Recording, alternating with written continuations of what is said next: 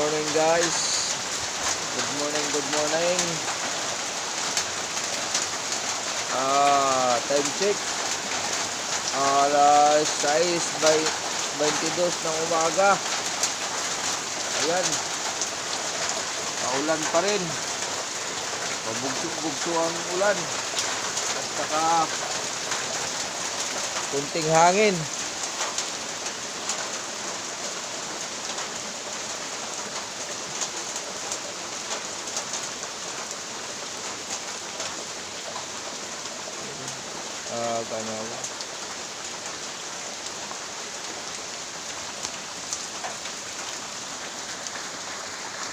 Ang kapaligiran natin, oh.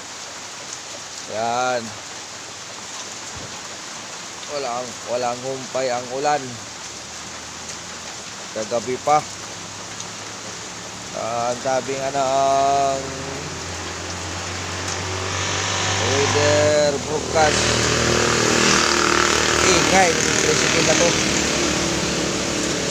ay sakop daw sa signal number 5 yung Sambaris. Hindi ako nakatulog ng maayos. Mahirap matulog ng pagpapampante matulog dahil ang area ko ay napaigutan ng bundok.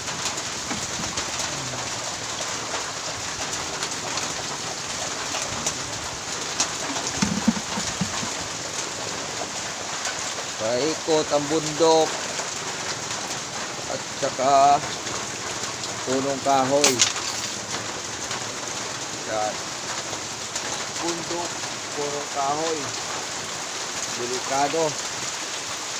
Baka mag-collapse yung lupa.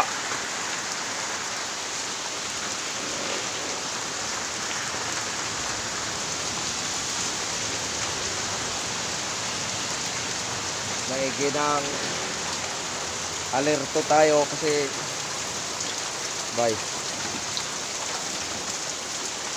minsan lang mabuhay.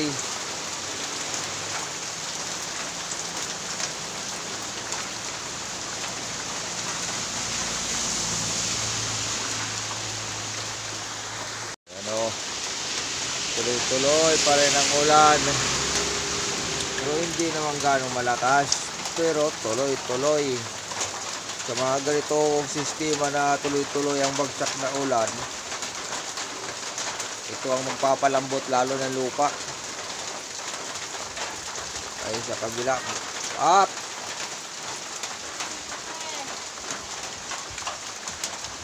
gisingin mo anak mo.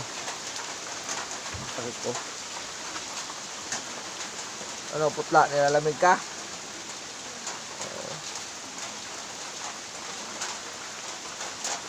Yan, makalat na yung area naman dahil sa laglag ng dahon ng mga puno. Hindi maiwasan yung kalat.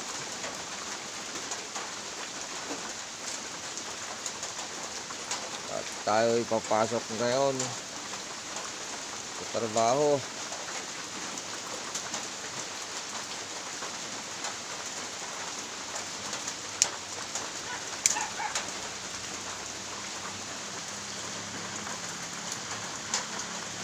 Ayan, update na lang mamaya kung anong kaganapan sa trabaho.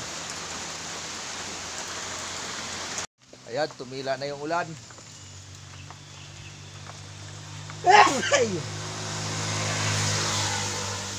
Bakit maalog-alog? Ayan mga dog, tumila na yung ulan.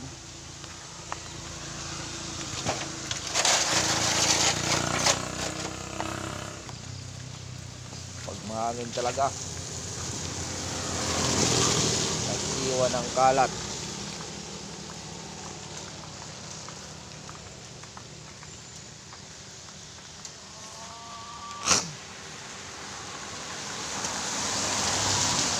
Nag-iwan ng kalat ng hangin. So maliwanag na yung panahon.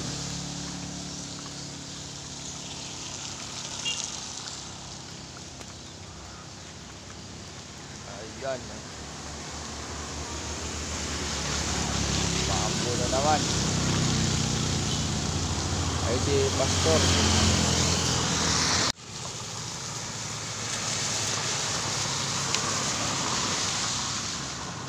Palengke siguro yun ang paninda.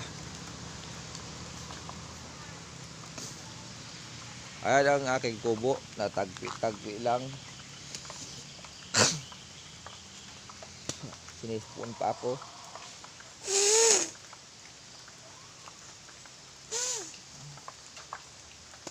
Pasensya na. At sinisipon ako dahil naabon-ambunan ako. Ayan guys, ang aming kubo. Tagpi lang dahil natulo na. Ayan. Walang humpay ang sinampay dahil ilang araw na nag-uulan.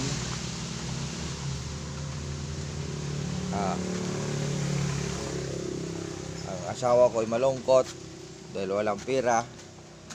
Alright. Yan guys, nakapag-in na tayo. Dito na tayo sa yarda. Yan. Sinalubong natin kanina yung medyo malakas-lakas na hangin. Tingnan ko lang tong unit kung gawa na. Yan, balik na tayo dun sa kabilang site at dun na tayo magtatrabaho. Magkaantabay tayo, baka may barangay na tumawag mag-rescue. Puntahan natin. Okay, hanggang dito lang muna. Bye bye.